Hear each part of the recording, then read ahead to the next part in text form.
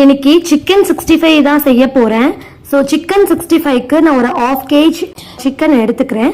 1/2 kg chicken கொஞ்சம் பெருசாக pieces இருந்ததுனால நான் சின்ன சின்ன பீசஸாக நானே கட் பண்ணிக்கிறேன்.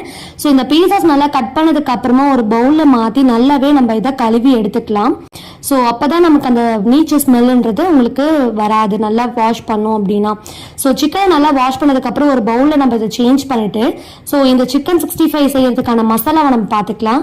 ஸோ சிக்கன் 1/2 kg ஏற்ற சிக்கன் 65 மசாலா ஆட் பண்ணிக்கிறேன். அண்ட் இஞ்சி பூண்டு பேஸ்ட் நான் இதில் போட்டுக்கிறேன். அண்ட் அந்த சிக்கனுக்கு ஏற்ற மஞ்சத்தூள் அண்ட் சால்ட்டு அண்ட் ஃபைனல் டச்சுக்கு வந்து நம்ம லெமனை நல்லா புழிஞ்சு விட்டுக்கலாம். 1/2 லெமன் இதுக்கு 1/2 kgக்கு போதும். ஸோ நல்லாவே இதை நம்ம மிக்ஸ் பண்ணிவிட்டு ஒரு 1/2 hour to 1 hour நல்லா மேரினேட் பண்ணும். ஒரு 1 hour நம்ம ஃப்ரிட்ஜில் வச்சுனாலே ஒரு பிளேட் போட்டுட்டு வச்சுனாலே சூப்பராக இருக்கும் டேஸ்ட் ஊறினதுக்கு அப்புறமா. அண்ட் ஒரு பேன் எடுத்துட்டு நல்லாவே ஆயிலை நம்ம சூடு பண்ணிட்டு ஸோ நம்ம அந்த கருவேப்பிலை பொரிச்சு எடுத்தோம்னா இன்னுமே ஃப்ளேவர் சூப்பராக இருக்கும். நம்ம ஊற வச்சிருக்க சிக்கன் 65 அதில் நல்லா போட்டு பொரிச்சு எடுத்துக்கலாம்.